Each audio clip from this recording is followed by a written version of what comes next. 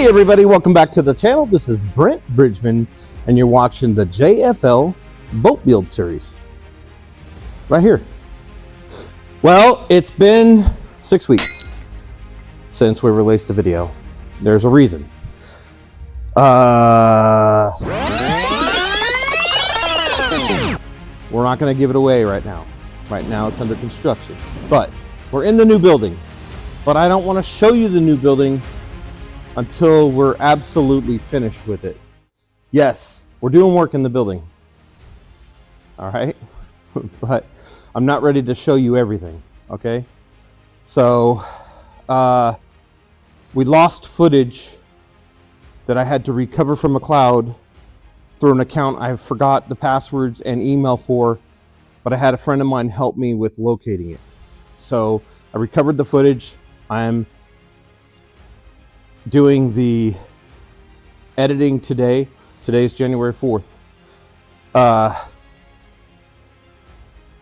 big job is not here yet, and I know you guys don't know about it, but tomorrow we should hear something about it. If I don't hear anything about it tomorrow, we're not doing it. And what I mean by that is I just handed out 20 new flyers at marine shops, boat ramps, fiberglass shops, body shops, accessory stores that have, fishing gear, stuff like that. So anyway, I'll be giving you guys a tour of the new building pretty soon, but we're going to do that in one whole episode because there's so much to cover in this giant building, and it is absolutely huge. So anyway, this is the intro. This is going to show you the rest of the Bumblebee build, and then we will be uploading a new video in 2 weeks from today. So look for that thing around the 20th of January. I'll probably release that right before I head out to California. So I'm going to try to go see my family, my parents, and my friends. I was supposed to go out there for Christmas and New Year's, but my big customer is still MIA. So anyway, all right, join me now.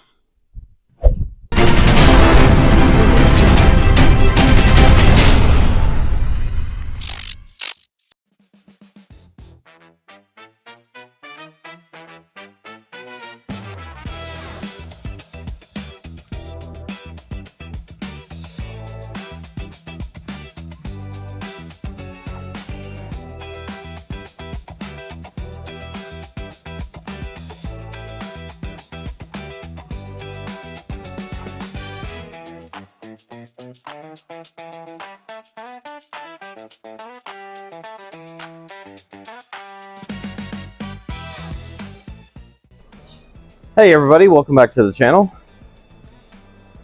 So what I've done here is I did this all over a period of extra time in between taking a break from the Bumblebee. But this is a stock 1996 225 EFI Cowling. It came off my engine. I'm doing a slight modification to the Cowling. I wanted it to look different, plus we're going to do this in red metal flake. So anyway, excuse the noise. We got big trucks in here today. Got airplanes taking off over the building for some reason today. We never have that, but anyhow, just bear with it. I got my microphone on, so hopefully that's taking out most of the extra external noise. All right, so what I'm doing right now is I got this all prepped with 180. I'm going to take a brush and I'm going to do this light gray. I'm also going to do the inside of the new scoop. This new scoop fits in there. This is the original piece off the motor. This piece I built. This piece will get smoothed off, painted red metal flake along with the Cowling. But what I'm doing now is the inside of this piece, the light gray, doing the inside of this piece light gray. That way it has a base coat under here. Then we'll bring that red metal flake up over the lip. So you won't see any gray when the cover's on. Besides, I made it airtight. So along here is just fits flush. So we're going to stick with that. But I've got it mixed up right now.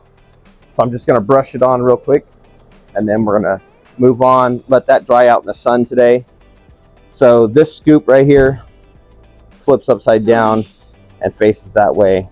What I did off camera is this is now a forced ram air, and it jumps right down in the back of the motor. Now, Before this hole, I couldn't stick my hand in it. Now look, I cut it all out accordance how it's supposed to be. And now I've got the V shape here, so it'll kick the air straight down the back. Now, those of you who don't know, you're going to be like, well, what happens if it rains? Well, there's a huge baffle. It's that wide. It runs all the way down the back of this engine, this engine cover, all the way down to here. And then the air intake on the EFI is up here on the front. So there's no way for water to go in there and travel all the way around the front and up front. There's no way. Plus, the bottom lower cowling that we already did the red metal flake on has drains down here. So if any water goes in here at all, it'll go right down the baffle and drain out the bottom of the engine cover. So chances of me running this in heavy rain is pretty much slim to none. So let's get on it. We're going to coat that out with the light gray right now. All right, so I just got some gray that I made, and I just want to cover, this is just regular gel coat mixed. I mixed black and white. I just want to cover this so it's all uniform, one color. Get all the way down in here.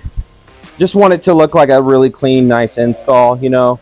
There's going to be people that are going to be looking at this boat, looking for mistakes, and I want there to be zero flaws. So I'm trying to make it as nice as possible, make it look as clean as possible, and I won't be afraid to pull off the scoop and show everyone the quality work that's done down in here.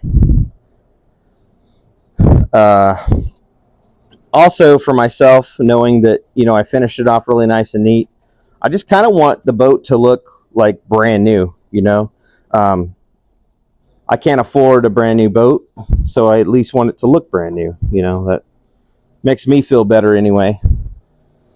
And you're here anyway, you might as well do it, you know what I'm saying? So all right, so I'm cleaning. I cleaned all in here with a power washer, and then I sanded with a red Scotch-Brite so that wouldn't have any problems with the gel coat. Sometimes when you use these brushes, they got little hairs, and you can pull the hair out of there with the corner of it and just stick it to the cup. It'll just stay there. All right.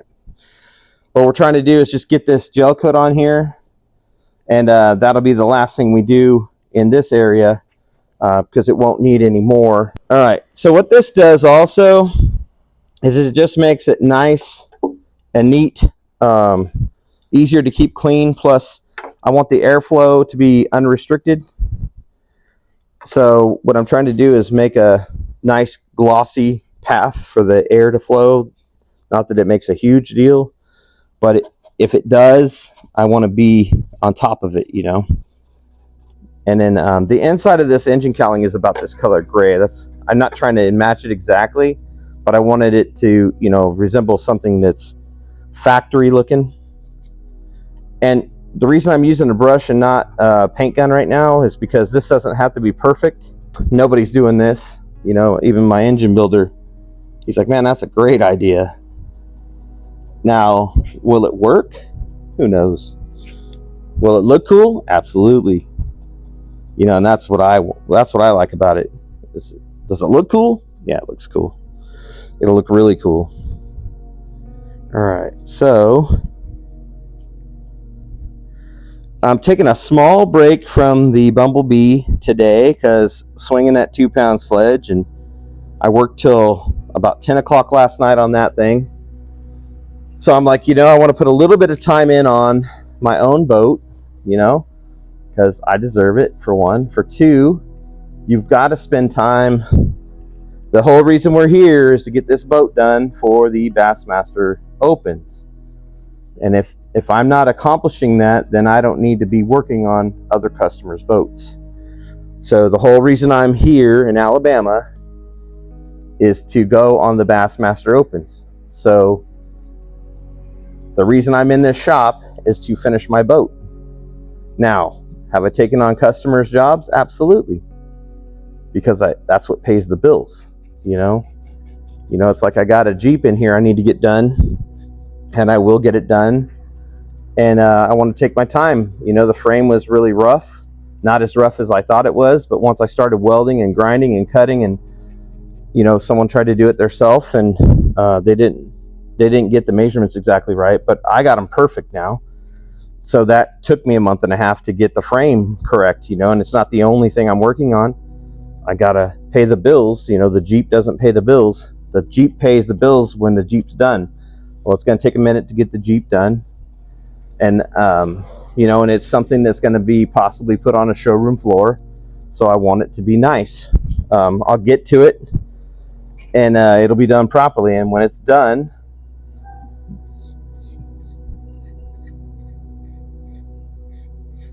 somebody's yelling. Sound like they said my name. Anyway, but when I'm done with that Jeep, you know, it's going on a showroom floor at a dealership, and it's got to be primo to me, you know, and it's like, it's going to have my name on it, so I want to make sure it's perfect. You know, I don't want it to be just average. I wouldn't be happy with that.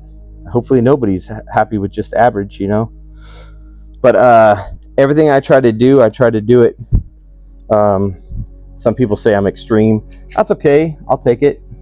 I am extreme. But I think extreme makes you pay attention to detail. I think extreme comes out with some wild, crazy stuff. Like, you know, who's doing this to a bass boat? Nobody. But that's the awesome part of it. You know, I'm going to be on the biggest stage in the world in this old Ranger bass boat that, you know, I took from being wrecked, never going to see the water again, and now it's like revitalized with brand new parts. I think that's pretty cool. I think that's, you know, and what's funny is I'll have a lot of money in the boat. I could have probably bought a boat for the amount of money I'm going to have in this thing pretty easily, but you know, I don't have $70,000 laying around to just go buy a boat. And not only that, when you buy that boat, are you happy with that boat? Does it fit you? Is it the boat you want? I don't know the last time you guys checked on the price of a boat, but even used boats, the right ones, outfitted correctly, are super expensive. And you got to have the right electronics. You got to have the right gear, the right motors, the right trolling motors, the right batteries. There's so much that goes into making it reliable to compete on that level. It's not even funny. I mean, I'm going to have everything they have. And if I can't have that, then I'm not going to go fishing.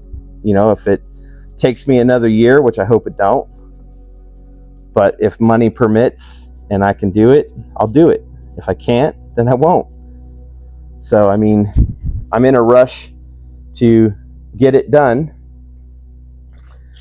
without compromising the quality of the build.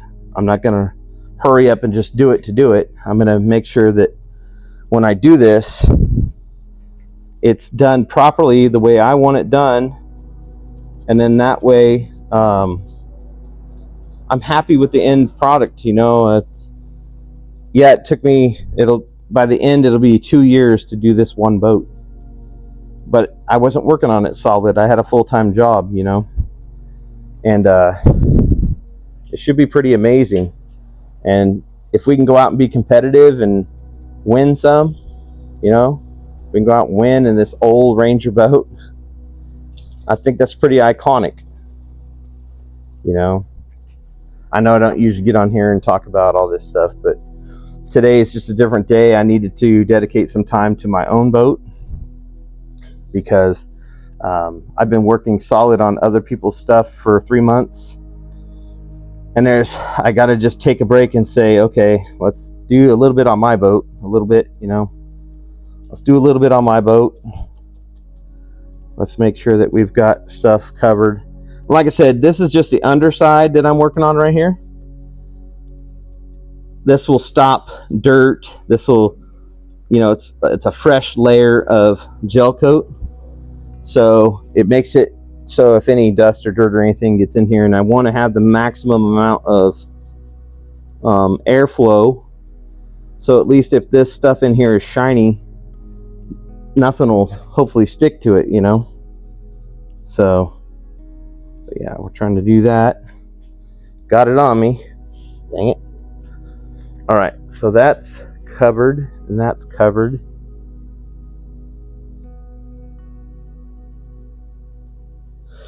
Okay, so that looks pretty good.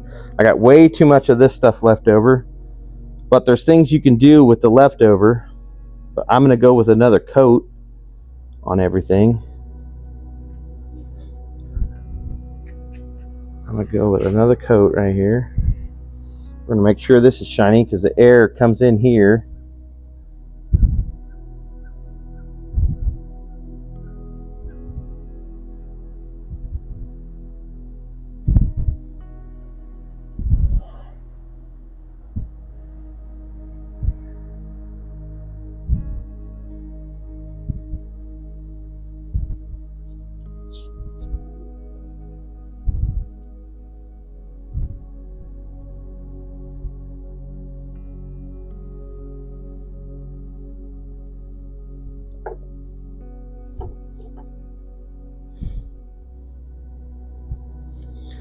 All right, so this extra, I've got some spots on the boat. Let's bring you over here on this camera. I got some spots where I did some body work on the boat. I'm gonna have to run some tape real quick and blow it off. Hang on one second. Right here, I got some body work. Hang on one second. Let me blow this off and then tape it.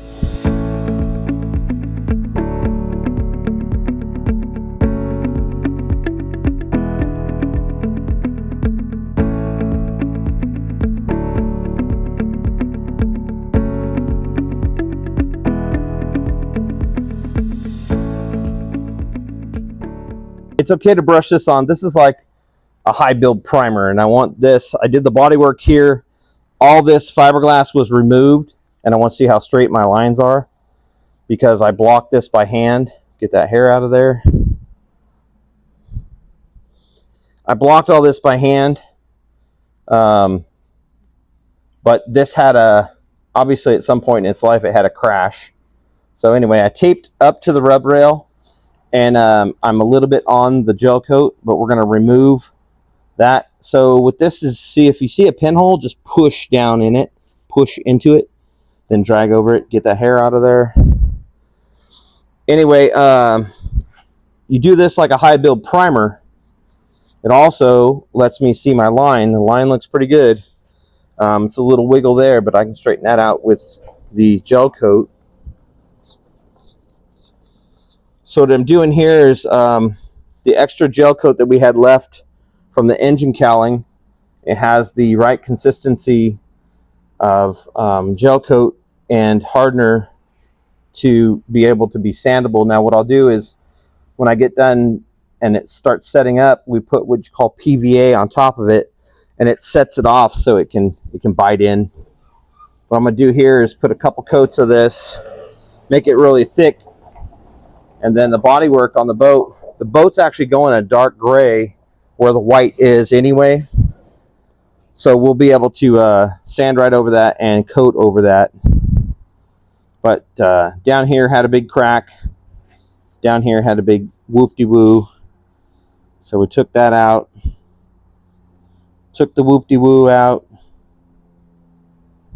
Take the hair out. Anyway, so you can use that now. The console is fiberglassed. It's looking pretty good. Now we're gonna let this set up a little bit. I'm gonna come over and put one more. See how there's a dip right there?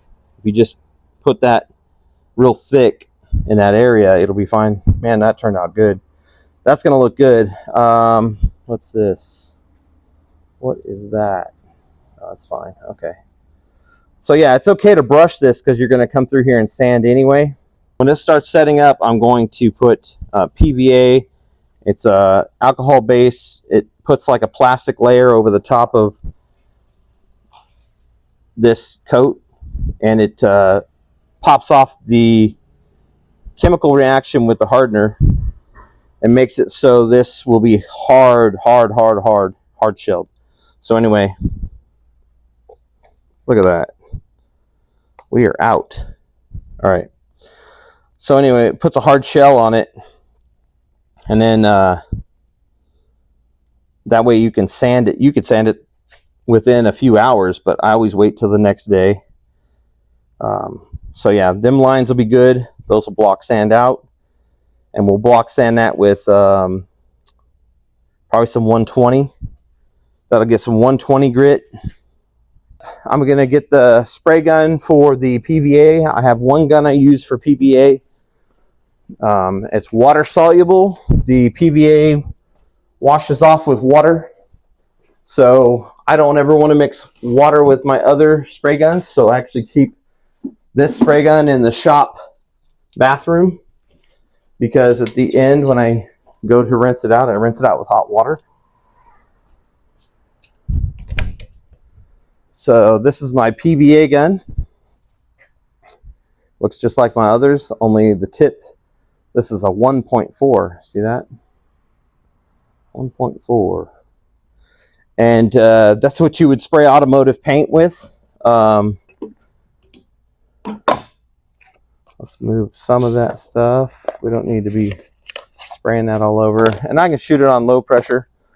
So let's get us a disposable cup.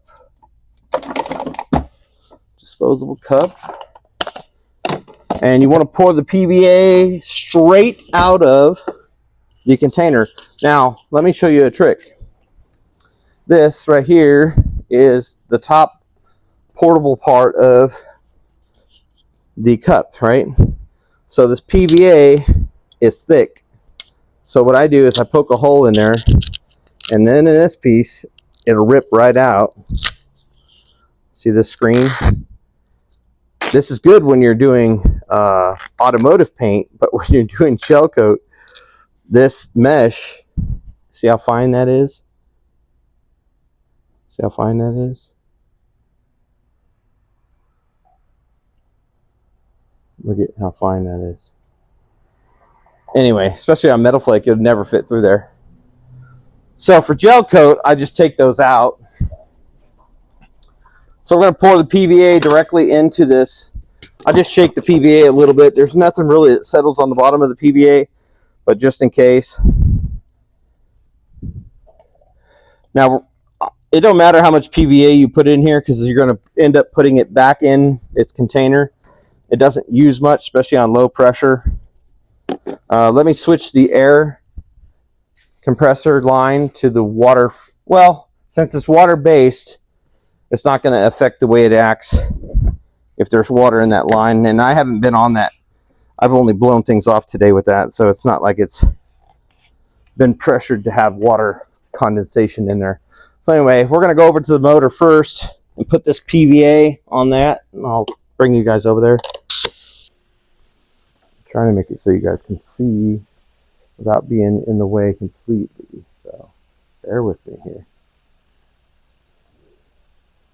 There you go. Guess we could back out a little bit, huh? There you go. Now I need you to focus here, not on the door. There you go. All right.